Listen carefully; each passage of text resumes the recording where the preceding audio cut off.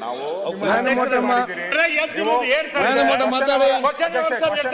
ಕೊಡ್ತೀರಾ ಮಾನ್ಯ ಸಭಾಧ್ಯಕ್ಷರೇ, ಚುಕ್ಕೆ ಗುರುತಿನ ಪ್ರಶ್ನೆ ಮಂತ್ರಿ ಉತ್ತರ ಕೊಡ್ತಾರೆ, ಮಂತ್ರಿಗಳು ಕೊಡ್ತಾರೆ ಉತ್ತರ.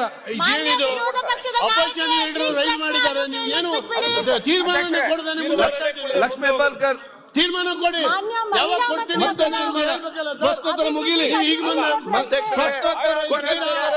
ಅವಕಾಶ ಕೊಡ್ತೀರಾ? ಅಲ್ಲ, ಆ ಸಬ್ಜೆಕ್ಟ್ ಬರುದ ನಂತರ ಪ್ರಶ್ನೋತ್ತರ ಚರ್ಚೆ ಮಾಡಿ. ಪ್ರಶ್ನೆ ಕೇಳಿ, ಪ್ರಶ್ನೆ ಕೇಳಿ, ಪ್ರಶ್ನೆ ಕೇಳಿ. ಹೋರಾಟ ಮಾಡೋದು ಪ್ರಶ್ನೋತ್ತರ ಆದ್ಮೇಲೆ ತಾವು ಅವಕಾಶ ಕೊಡ್ತೀರಾ? ಅಲ್ಪಸಂಖ್ಯಾತರ ಬಗ್ಗೆ ಪ್ರಶ್ನೋತ್ತರ ನೀವು ನನಗೆ ಪ್ರಶ್ನೋತ್ತರ ನೀವು ಅವಕಾಶ ಕೊಡುದಿಲ್ಲ. ನನ್ನ ಹತ್ರ ಕೇಳ್ತೀನಿ, ನನಗೆ ಪ್ರಶ್ನೋತ್ತರ ಮಾಡಿ ಅವಕಾಶ ಕೊಡಿ, ಮತ್ತೆ ನೋಡ್ತೇನೆ ಸಬ್ಜೆಕ್ಟ್ ಬರ್ಲಿ. ಅವಾಗ ಸಬ್ಜೆಕ್ಟ್ ಅಜೆಂಡಾ ಇದೆ, ಒಂದು ಸಬ್ಜೆಕ್ಟ್ ಇದೆ, ಆ ಸಬ್ಜೆಕ್ಟ್ ಪ್ರಕಾರ ಹೋಗುವ. ಆಯ್ತು, ಈಗ ಯಾಕೆ ಅದು ಮುಗಿದ ನಂತರ ಸಬ್ಜೆಕ್ಟ್ ಬರುದಲ್ಲ? ಈಗ ನಾನು ಯಾಕೆ ಹೇಳ್ಬೇಕಾದ್ರೆ ಈಗ ನನ್ಗೆ ನೀವು ಅವಕಾಶ ಕೊಡುದಿಲ್ಲ. ನಿಲುವಳಿನ ನೀವೇ ರೂಲ್ಸ್ ಪ್ರಕಾರ ಹೇಳಿದ್ದೀರಾ, ಕ್ವಶನ್ ಅವರ್ ಆದ್ಮೇಲೆ ತಗೋಬೇಕು ಅಂತ. ಕ್ವಶನ್ ಮುಗಿಬೇಕಲ್ಲ, ಈಗ ಕ್ವಶನ್ ಅವರ್ ಮೇಲೆ ಕೊಡ್ತೀರಲ್ಲ. ನೋಡಿ, ತುಂಬಾ ಇಂಪಾರ್ಟೆಂಟ್ ಕ್ವೆಶ್ಚನ್ ಇಡೀ ರಾಜ್ಯಕ್ಕೆ.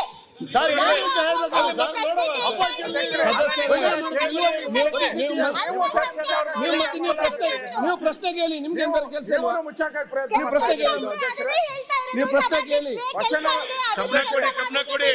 ನೀವು ಅವರನ್ನು ನೋಡ್ಬೇಡಿ, ಮಂತ್ರಿಯನ್ನು ನೋಡಿ ನೀವು. ಅಧ್ಯಕ್ಷರೇ, ಪ್ರತಿಪಕ್ಷದ ನಾಯಕರು ಬಂದಿರ್ತಕ್ಕಂಥ ನಿಲುವಳಿಯ ಬಗ್ಗೆ ಈಗ ನಿಮ್ಮ ತೀರ್ಮಾನ ಏನು? ಯಾವಾಗ ಪ್ರಶ್ನೋತ್ತರ ಆಗುದಿಲ್ಲ. ಅಧ್ಯಕ್ಷರ ಪ್ರಶ್ನೋತ್ತರ ನಂತರ ಕೊಡ್ತೀನಿ ಅಂತ ನೀವು ಹೇಳ್ಬೇಕಲ್ಲ. ಈಗ ಸಬ್ಜೆಕ್ಟ್ ಅಲ್ಲ, ಈಗ ಸಬ್ಜೆಕ್ಟ್ ಪ್ರಶ್ನೋತ್ತರ ಮಾತ್ರ. ಅದು ನಿಮ್ಮ ಮತ್ತೆ ಸಬ್ಜೆಕ್ಟ್ ಅಲ್ಲಿ ಕೊಡ್ತೇವೆ. ನಾವು ಕೂಡ ಸಹಕಾರ ಕೊಟ್ಟಿದ್ದೀವಿ ನಿಮ್ಗೆಲ್ಲರಿಗೂ ಕೂಡ. ಈಗ ಹೇಳಿದ ಪ್ರಶ್ನೋತ್ತರ ಹೇಳುವಾಗ ನಾನು ಹೇಗೆ ಹೇಳಿ? ಪ್ರಶ್ನೆ ತರುವಾಗ ನಮ್ಗೆ ಹೇಳಲಿಕ್ಕೆ ಆಗುದಿಲ್ಲ. ಯಾಕೆ ನಾವು ಪ್ರಶ್ನೆ ತರುವಾಗ ಒಬ್ರು ಮಹಿಳಾ ಸದಸ್ಯರು, ಒಬ್ರು ಮಹಿಳಾ ಸಚಿವರಿಗೆ ಉತ್ತರ ನೋಡುವ, ಅದರ ನಂತರ ಕೊಡ್ತೇವೆ ಅಂತ ಹೇಳ್ರಿ ಅಧ್ಯಕ್ಷರೇ. ಒಬ್ರು ಮಹಿಳಾ ಸದಸ್ಯರು ಪ್ರಶ್ನೆ ಪ್ರಶ್ನೋತ್ತರ ಆದ ತಕ್ಷಣ ನಾನು ಕೊಡ್ತೀನಿ ಅಂತ ಹೇಳ್ತೀರಾ? ಇದಕ್ ಮಾತ್ರ ನಿಮ್ಮ ಜವಾಬೇ ಇಲ್ಲ. ಇದಕ್ಕೆ ಈಡಿದ್ ಮಾತ್ರ ಮಾತಾಡಿ ಮಾತಾಡಿ ಅಂತ ಹೇಳ್ತೀರಾ ಅವ್ರಿಗೆ? ನೀವೇ ಹೇಳ್ತೀರಾ. ನಾವು ಇದನ್ನ ಪ್ರಶ್ನೆ ಯಾಕೆ ಸಭಾಧ್ಯಕ್ಷರೇ ಮಾತಾಡಿ ಮಾತಾಡಿ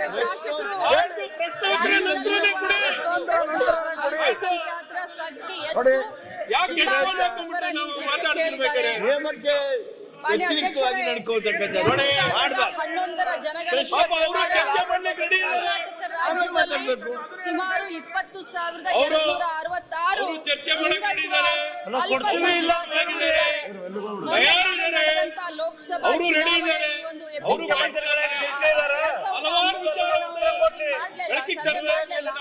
ಆದ್ರೆ ಮೊನ್ನೆ ಲೋಕಸಭಾ ಚುನಾವಣೆ ಎಪಿಸೋಡ್ ಅನ್ವಯ 750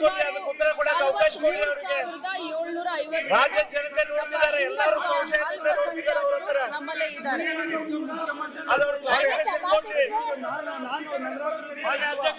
ಇದೇನು ಆಡಳಿತ ಪಕ್ಷದ ಪರವಾಗಿ ನಿಂತ್ಕೊಂಡ್ರೆ ಸದನ ಹೇಗೆ ನಡೀತದೆ ಅಧ್ಯಕ್ಷರೇ?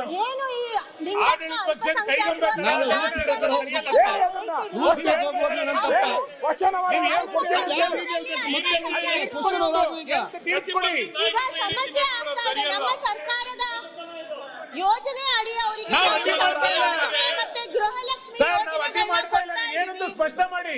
ಅವರಿಗೇನು ನಾವು ಶಕ್ತಿ ಯೋಜನೆ ಮತ್ತೆ ಗೃಹಲಕ್ಷ್ಮಿ ಕಾರ್ಡ್ ಆಧಾರದ ಮೇಲೆ ಕೊಡ್ತಾ ಇದೀವಿ.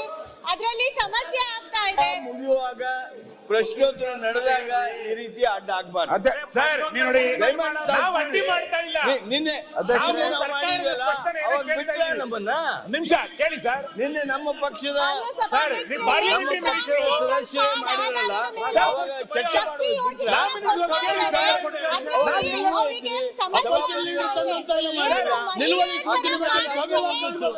ನೀವು ಈಗ ಅವಶ್ಯಕವಾಗಿ ಪ್ರಾರಂಭ ಆದಾಗ ಪ್ರಶ್ನೋತ್ತರ ನಡೆದಾಗ ಈ ರೀತಿ ಮಾಡ್ತಕ್ಕಂಥದ್ದು ನಿಜವಾಗಿ ಸರಿಯಲ್ಲ. ನಿಯಮಕ್ಕೆ ಬಾಹಿರವಾಗಿ ಅವರಿಗೆ ಕೊಡಬೇಕು ಅಂತ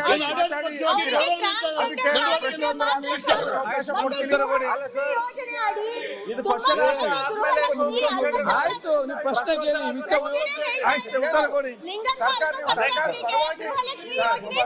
ಆಯ್ತು, ಹೇಳ್ತಾರೆ ಈಗ. ಅದು ಅವ್ರು ಹೇಳ್ತಾರೆ, ಸಾಫ್ಟ್ವೇರ್ ಪ್ರಾಬ್ಲಮ್ ಹೌದಲ್ಲ ಅಂತ ಅವ್ರು ಹೇಳ್ತಾರೆ. ಇದು ರೋಗವು ನಿಮ್ದೆ, ಮದ್ದು ನಿಮ್ದೆ, ನಾನೇನ್ ಮಾಡ್ತೀನಿ, ಅವ್ರು ಕೊಡಿ ಈಗ. ಸದನಕ್ಕೆ ಹೇಳ್ಬೇಕಾಗುತ್ತೆ ಸಭಾಧ್ಯಕ್ಷರೇ. ಸಭಾಧ್ಯಕ್ಷರೇ, ಶಾಸಕಿಯವರು ಕೇಳಿದ ಹಾಗೆ ಸಭಾಧ್ಯಕ್ಷರೇ, ಈ ರೀತಿ ಶಕ್ತಿ ಯೋಜನೆ ಅಡಿಯಲ್ಲಿ ಲಿಂಗತ್ವ ಅಲ್ಪಸಂಖ್ಯಾತರಿಗೆ ಶಕ್ತಿ ಪ್ರತಿಪಕ್ಷದಿಂದ ಈ ಪದ ಕೊಡಬೇಕು ಸಭಾಧ್ಯಕ್ಷರೇ. ಏನ್ ಸಭಾಧ್ಯಕ್ಷರೇ? ಪ್ರಶ್ನೋತ್ತರ ನಂತರ ಅವಕಾಶ ಮಾಡಿಕೊಡ್ತೀವಿ ಅಂತ ಹೇಳಿ ಈ ರೀತಿ ತಡಮಾಡ ಸರಿ ಇದೆ. ಹಂಗೆ ನೀವು ಒಳ್ಳೆ ನೀವು ಗಲಾಟೆಗಳನ್ನು ಒಳ್ಳೆ ಈ ಪುಸ್ತಕಗಳನ್ನ ನೋಡ್ಬೇಕಲ್ಲ, ಅವ್ರು ನೋಡ್ಬೇಕು, ನೀವು ಹೇಳ್ಬೇಕು, ನಾವು ಹೇಳ್ಬೇಕು, ಅವಾಗ ಅವ್ರು ನಿರ್ಣಯ ತೆಗೆದುಕೊಳ್ಳಿ. ಆದ್ರೆ ಈಗ ನೀವು ಗಲಾಟೆ ಮಾಡ್ತೀರಿ ಅಂತ ಹೇಳಿ ಅವಾಗ ದೋತ್ರ ಅಂತ ಹೇಳ್ತಾರೆ. ಒಂದೇ ಏನು ಅಂತಂದ್ರೆ ಗಲಾಟೆ ನಮ್ಮ ಗೃಹಲಕ್ಷ್ಮಿ ನೋಡಿ, ಯೋಜನೆ ಗಲಾಟೆ ಯಾವ್ದು ಸಮಸ್ಯೆನ ಬಗೆಹರಿಸಲ್ಲ. ಈಗ ಪ್ರಶ್ನೋತ್ತರ ನಿಯಮಾನುಸಾರ ನಡೆದಿದೆ, ಅದು ನಡೆಯೋದಕ್ಕೆ ಅವಕಾಶ ಮಾಡಿಕೊಡ್ಬೇಕು. ಆ ಕಾರ್ಡನ್ನ ಪಡೆದು ಯಾವ ತಿಂಗಳಿಂದ ಅಪ್ಲಿಕೇಶನ್ ಹಾಕ್ತಾರೆ ಆ ತಿಂಗಳಿನಿಂದನೇ ಅವ್ರಿಗೆ ನಾವು ಈ ಒಂದು ಗೃಹಲಕ್ಷ್ಮಿ ಯೋಜನೆ. ಅಧ್ಯಕ್ಷ, ಒಂದ್ ಮಾತನ್ನ ಹೇಳಕ್ಕೆ ಬಯಸ್ತೇನೆ. ಬಹಳಷ್ಟು ನಾನು ಹೇಳ್ತಾ ಇದ್ದೀನಿ, ಒಂದು ಮಾತನ್ನ ಈಗ ನೀವು ಹೇಳಲಿಕ್ಕೆ ಬಯಸ್ತೇನೆ. ಕೊಟ್ಟಿರ್ತಕ್ಕಂಥ 10 ಏನು ವರ್ಷದಿಂದ ವಿಷಯ ನಯನ ಐತಿ, ಮೋಟಮ್ಮ ಮತ್ತು ನಾನು ಇದು ಈ ನಿಯಮಕ್ಕೆ ದಿನಕ್ಕೆ ಬಾಹಿರವಾಗಿರ್ತಕ್ಕಂಥ ಹೇಳಿ ನೀವು. ಅದು ಹೇಳಿ ಹೇಳಿ, ಅದು ನೀವು ವಿಷಯ ಮಾತಾಡೋದು ಹೇಳಿ. ಪ್ರಶ್ನೋತ್ತರ ನಡೀಲಿ ಈಗ. ಪ್ರಶ್ನೋತ್ತರ ನಡೀಲಿ. ನೀವು ಸಭಾಧ್ಯಕ್ಷರೇ, ಅವಾಗೆಲ್ಲ ನಿಯಮ ಬಾರಿ ಇರಲ್ಲ. ನಾವು ತಂದೆ ವಸ್ತುನವರ ನಂತರ ನಾವು ಪ್ರಸ್ತಾಪ ಮಾಡ್ತೀವಿ. ಅಧ್ಯಕ್ಷರೇ, ಅದ್ರ ಬಗ್ಗೆ ಏನು ಮಾಡಬೇಕು ಅಂತ ನಿರ್ಣಯ ಮಾಡಿ. ಅದನ್ನ ಮಾಡ್ಲಿಕ್ಕೆ ಅವಕಾಶ ಮಾಡಿಕೊಡ್ತೀವಿ ಅಂತ ತಿಳಿಸಿ. ನ್ಯೂಸ್ ಫಸ್ಟ್ ನಿರ್ಭೀತಿಯಿಂದ ನಿಮ್ಮ ಪರವಾಗಿ.